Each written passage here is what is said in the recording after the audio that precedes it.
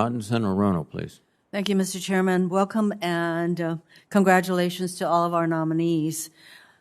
Normally, I start each nomination hearing with a series of questions related to a nominee's fitness for service. However, based on the severity of the ongoing water contamination crisis on Oahu, I'm going to submit those questions for the record. I'm not sure how familiar you are with Red Hill. It is a massive underground fuel storage facility consisting of 20 massive World War II tanks located 100 feet over Oahu's aquifer that holds 250 million gallons of fuel to support military operations across the Indo-Pacific. This storage facility has contaminated the Navy's water system, displacing almost 4,000 families since December. As a result, the state of Hawaii has directed the Navy to defuel the tanks. The Department of Defense estimates the cost of the crisis response alone to date is almost $500 million, and that does not include defueling the tanks or the cost of upgrades to do so safely.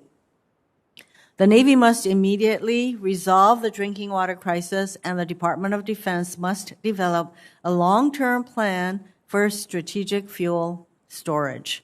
The people of Hawaii deserve a resolution to the Red Hill crisis as quickly as possible, including a decision regarding the potential closing of Red Hill. The fastest way to do this is through the state of Hawaii's ongoing hearing to determine whether to provide or deny a permit to operate Red Hill.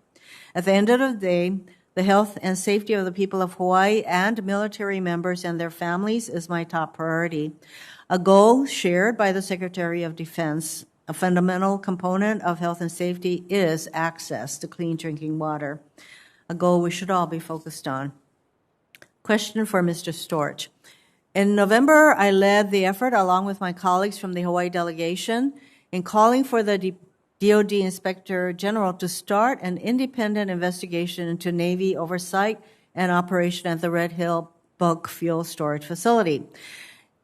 Even if the state of Hawaii declines to give Red Hill a permit, it is imperative that investigation continues. The people of Hawaii deserve answers about what happened in order to mend the distrust of the military that has resulted from this crisis. Mr. Storch, if confirmed, will you continue the current IG investigation into Red Hill with the urgency it deserves?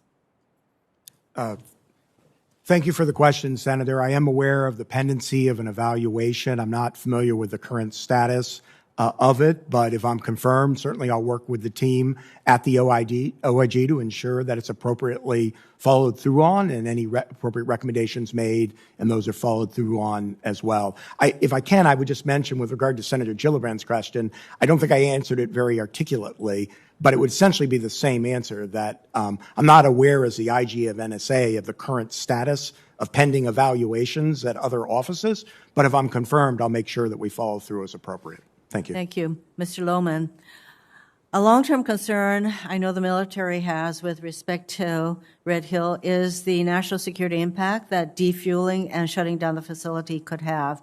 I've spoken with Deputy Secretary Hicks several times about this concern.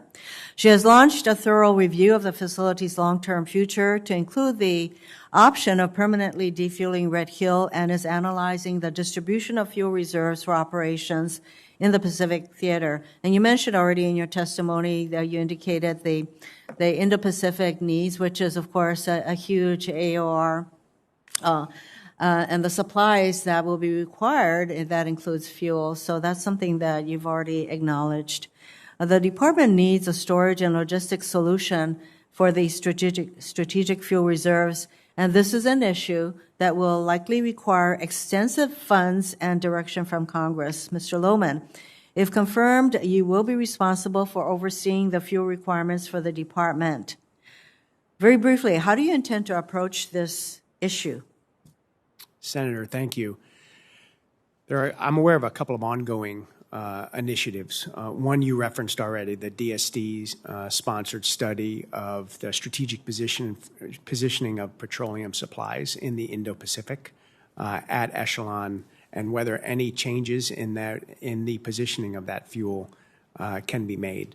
The second one, ma'am, are establishing an end-to-end common operating picture of our petroleum supplies, using advanced data analytics and AI where appropriate so that we can better manage the flow, the consumption, and the overall transportation requirements. So if confirmed, I will work very closely with DLA, U.S. Transcom, the COCOMs, and the services to ensure that, one, these initiatives have the appropriate oversight at the department, and two, that they remain resourced and on track for successful conclusion.